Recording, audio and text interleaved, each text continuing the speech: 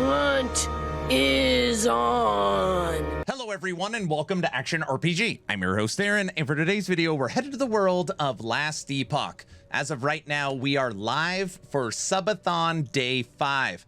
And as you can see at the top, the clock is ticking. Now, I've been playing Last Epoch Season 2 Update 1.2 Tombs of the Erased every single day, morning and night. And we have had hundreds of people come by the stream and ask, how do you stack corruption? How do you build your corruption so much? What do you mean you're already at 800 corruption? So I decided I'm going to make a quick tips and tricks video for how to stack corruption inside of Last Epoch, and hopefully this helps answer some questions. And we're going to jump right into it right now with the catch-up mechanic. Catch-up, you know, you could put it on your fries. It's not a very funny joke. Okay, so you could see right here that Fall of the Outcasts is at corruption 796. And I want to transfer this corruption. I want to use the catch-up mechanic to move it to a different monolith. And what you can do is we're going to go up here to the Spirits of Fire. You will see that this is at 100 corruption. And I'm already teleported here. Now, when you do this, you will have your regular monolith here.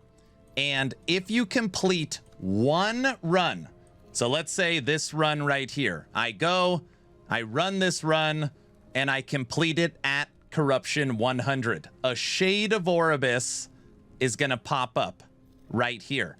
And you will see bottom right, what does it say? It says corruption, bonus corruption, corruption from Gaze of Oribus. And if you click on this, and you actually fight this Shade of Oribus, which we will do right now with my new Sabertooth. Jump out of there.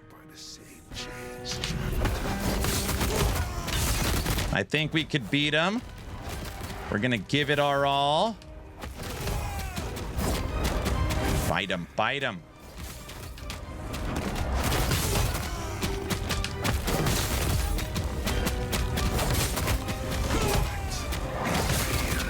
And Shade of Oribus is dead.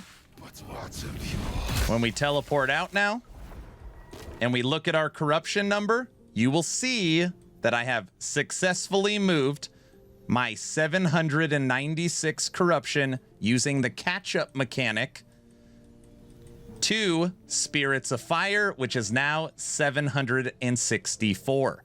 So you build corruption on one monolith, and then you can transfer that to anyone from the catch-up mechanic. But the real question is, okay, I got that. How do I actually build the main monolith to 800? Let me explain. So now we're going to talk about a couple tools in your tool belt for how to boost corruption. The first item we're going to look at is the Harbinger's Needle. Now, you actually acquire the Harbinger's Needle by beating Harbingers. So when you are doing your normal monolith echo bosses, if you trigger to fight a Harbinger and kill said Harbinger, there's a chance that it will drop a needle. Now the question is, what does this needle do? Now when you are fighting a boss, you could take your needle and actually put it in your idle slots up here. Unfortunately, you do have to switch out an idol. And when you do this and you actually go and fight a boss, so if we were going to fight the Altar of Flesh, if you beat the Altar of Flesh while you have a needle in, what it is going to do is it's going to give you an extra 3 Gaze of Oribus. Now, this naturally leads to the question, what exactly is the Gaze of Oribus inside of Last Epoch? And if you're new to the game, when you highlight over something, the game is normally going to give you a definition. In this case, gain 1 Gaze of Oribus when you defeat the boss in this quest echo, and are granted the option to choose a blessing. Gaze of Oribus will be consumed when slaying Shade of Oribus to grant additional corruption. However, if you die while fighting such a Shade, 1 Gaze of Oribus will be lost. Gaze of Oribus grants 12 additional corruption and can stack up to 4 times. And I know you're probably thinking, Aaron, that I still don't understand. What does it mean? It means that if you follow and use the tools that you have, so you take your needle, you put it into your idols, okay? And then you come up here and you fight the actual Altar of Flesh with that needle. you are going to build 4 Gaze of Oribus. And by doing so, when you go to fight a Shade of Oribus, you're going to get an additional 48 corruption because each stack is going to give you 12. 12 times 4 is 48. It makes it way easier to build corruption using this method with the needle. But now let's switch gears and actually talk about crafting. It's weird that inside of Last Epoch, they actually gave you a way to push stability through crafting. Follow me for a second here. When you look at this timeline, you will see that the Fall of the Outcast is currently at 822 stability.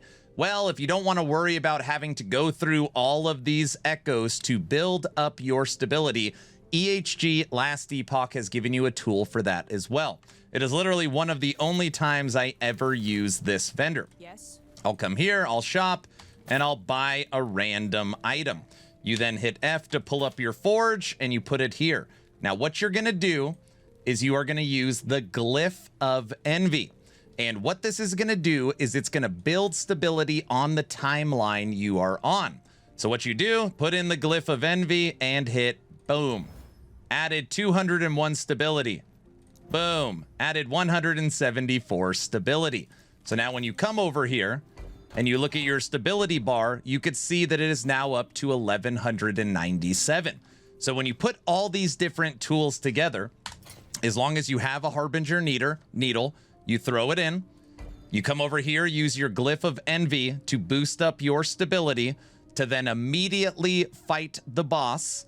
And then that would immediately give you 4 Gaze of Oribus so that when you fight Shade of Oribus, you are going to build your corruption. Now, believe it or not, there is still more tools to help you build corruption. So you saw the Glyph of Envy, you saw the needle, you saw the way that you build your Gaze of Oribus, but there is still another thing you can do, and that is you can manually trigger your own Shade of Oribus even on your highest corruption timeline. Now, the way you do this is you can see up here that on the Gaze of Oribus, I have 8.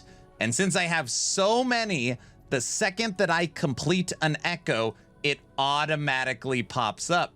And you will see right here that if I wanted to add another 58 corruption to the already 796, all I would have to do is beat this Shade of Oribus, and then of course it would move over. So if you have the resources, you have the Glyphs of Envy, you have the needles, and you have a character strong enough for said corruption, you could literally skip all the busy work, and all you do is use the Envy Glyphs to build the stability, fight the boss with the needle, fight the boss with the needle to get 8 Gaze of Oribus, and then automatically trigger a Shade of Oribus. Again, to make this pop up, once you have 8 here, all you got to do is run 1 echo and it'll automatically connect. And you could do this over and over and over again to build corruption incredibly quick. All right, everybody, that's the boot camp on how to build corruption inside of Last Epoch. I hope it helped out.